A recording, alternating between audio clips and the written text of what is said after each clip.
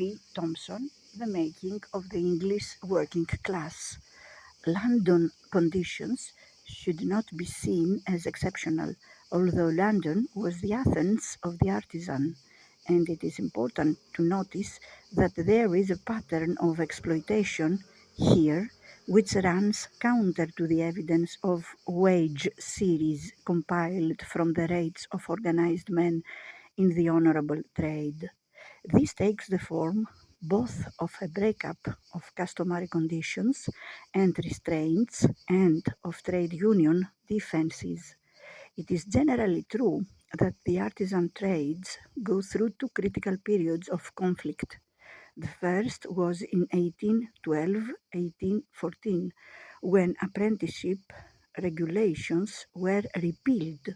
Those trades, such as the shoemakers and tailors, which were already strongly organized in unions or trades clubs, were able in some degree to defend their position after repeal by strikes and other forms of direct action, although the same years saw greater organization among the masters. But consolidation in closed society shops between 1815 and 1830 was at a price.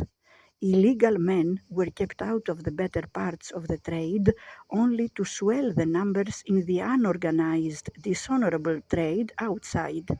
The second critical period is 1833-1835, when, on the crest of the great trade union wave, attempts were made to equalize conditions, shorten working hours in the honorable trade, and suppress dishonorable work.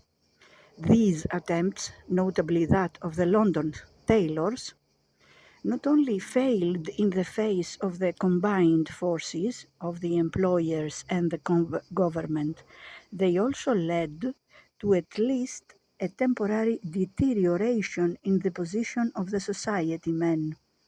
The economic historian should see the cases of the Tolpaddle martyrs and the great lockouts of 1834 as being as consequential for all grades of labor as the radicals and trade unionists of the time held them to be. But this conflict between the artisans and the large employers was only part of a more general exploitive pattern. The dishonorable part of the trade grew with the displacement of small masters, employing a few journeymen and apprentices by large manufactories and middlemen, employing domestic outworkers or subcontracting. With the collapse of all meaningful apprenticeship safeguards, except in the Honourable Island, and the influx of unskilled women and children, with the extension of hours and of Sunday work, and with the beating down of wages, piece rates, and wholesale prices. The form and extent of the deterioration relates directly to the material conditions of the industry, the cost of raw materials, tools, the skill involved, conditions favoring or discouraging trade union organization, the nature of the market. Thus, woodworkers and shoemakers could obtain their own materials cheaply and owned their own tools, so that the unemployed artisan set up as an independent garret master or chamber master, working his whole family and perhaps other juveniles round a 7-day week and hawking the products on his own account. Carpenters, requiring a more costly outlay, were reduced to strapping shops, where a sickening pace of gimcrack work was kept up under the foreman's patrol, and where each man who fell behind was sacked.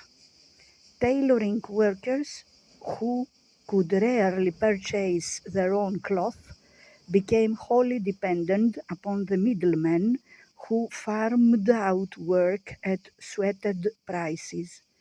Dressmaking, a notoriously sweated trade, was largely done by needlewomen, often country or small town immigrants, in shops contracted by large establishments. The building worker, who could neither buy his bricks nor hawk a part of a cathedral round the streets, was at the mercy of the subcontractor. Even the skilled society men expected to be laid off in the winter months, and both classes of worker frequently attempted to escape from their predicament by direct speculative building. The land, as Clapham says, rented in hope, materials secured on credit, a mortgage raised on the half-built house before it is sold or leased, and a high risk of bankruptcy.